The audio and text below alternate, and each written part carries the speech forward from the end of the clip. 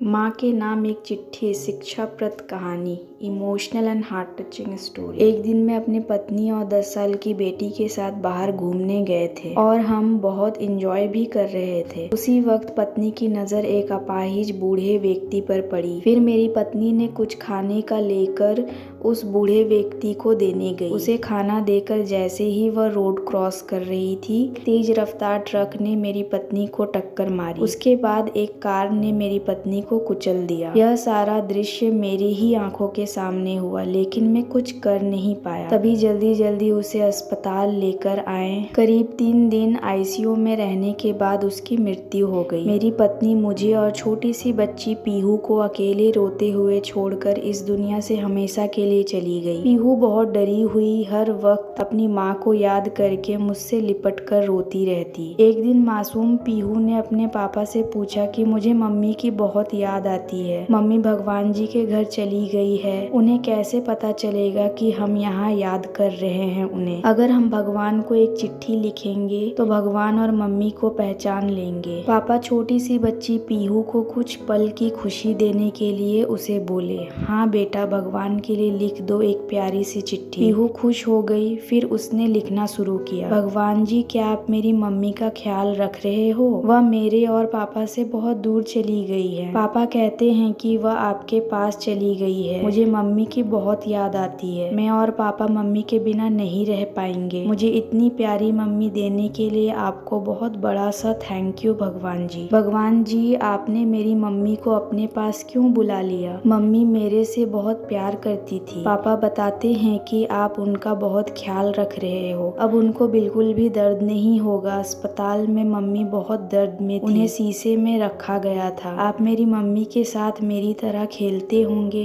वैसे तो मम्मी को खीर बहुत पसंद है और पीले कलर की साड़ी पहनना भी। आप उनको लाकर जरूर देना भगवान जी। मम्मी मेरे लिए सब कुछ बनाती थी, अब कौन बनाएगा? पापा को मम्मी की तरह रोटी बनानी भी नहीं आती। मम्मी हमेशा कहती रहती थी पापा को सीखने के लिए, लेकिन पापा तो ऑफिस जाया करते थे ना। अब मुझे स्कूल के बस तक छोड़ने कौन जाएगा? भगवान जी, मैं मेरी और मम्मी की एक फोटो भेज रही हूँ, जिससे आप मम्मी को पहचान लोगे और उनका ज्यादा ख्याल रखोगे। मम्मी से कहना मैं और पापा उन्हें बहुत याद करते हैं। जब मम्मी अच्छे से ठीक हो जाएगी तब आप उन्हें मेरे पास भेज देना। तब तक मैं मम्मी का सारा काम कर लूंगी, लेकिन मम्मी की तरह तो नहीं कर पाऊंगी। वैसे तो मैं रात को मम्मी के साथ सोती थी। मुझे उनकी बहुत याद आती है। आपको और मम्मी को मेरी तरफ से ढेर सारा प्यार। Miss you mummy. जल्दी आना, आपकी प्यारी बेटी पीहू। उसके बाद पीहू ने चिट्ठी को लिफाफे में रखकर उसमें मम्मी और खुद की फोटो रखी, फिर उसे चिपकाया। फिर अपने पापा के साथ चिट्ठी को पोस्ट ऑफिस में जाकर मेल बॉक्स में डालकर आई। कुछ दिनों तक पीहू ने चिट्ठी का बड़े बेसब्री से इंतजार किया, लेकिन कई दिन निकल गए तो पीहू ने अपने पापा से पूछा,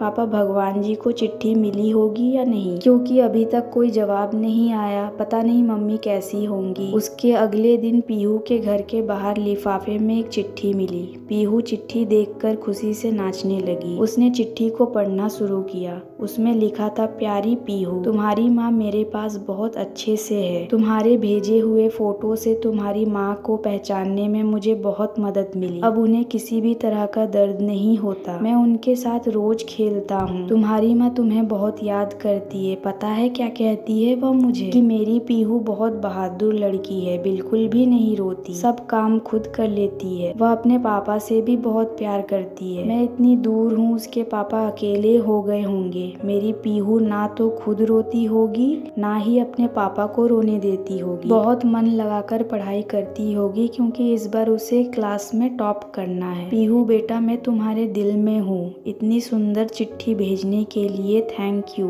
ढेर सारा प्यार। पीहू बहुत देर तक चुप रही। फिर उसने अपने आंसू पोंछे। पापा के पास जाकर कहा, पापा अभी तक यहीं बैठे हो? आप ऑफिस के लिए लेट नहीं हो रहे हो क्या? चलिए हम दोनों मिलकर ब्रेकफास्ट बनाएंगे, जैसे मम्मी बनाती थी। पापा ने पीहू को गोद में उठाकर उसे गले लगा लिया और रो पड़े। मन में बोलने लगे कि मुझे माफ कर देना बेटा, तेरी खुशी के लिए मुझे यह सब करना पड़ा। फिर पीहू ने बोला, आज से मैं और पापा बहुत स्ट्रांग बनकर रहेंगे क्योंकि मम्मी हमें ऊपर से देख रही हैं। अगर हम खुश रहेंगे तो मम्मी भी खुश रहेंगी। माँ क्या होती है बस वही बता सकते हैं जिनके पास माँ ना हो। माँ दुनिया का ऐसा प्यार है जो किसी शहर में ना पैसे में मिलता है। भगवान हर किसी की माँ को हमेशा सलामत रखे और उनको लंबी उम्र दे। आशा करती हूँ यह वीडियो आपको पसंद आया होगा। इस वीडियो पर आपकी क्या राय है हमें कमेंट कर जरूर बताएं। वीडियो पसंद आया हो तो लाइक और शेयर करना बिल्कुल ना भूले। चैनल पर नए हो तो चैनल को सब्सक्राइब जरूर कीजिए। वीडियो देखने के लिए, कहानी सुनने के लिए आपका बहुत बहुत धन्यवाद।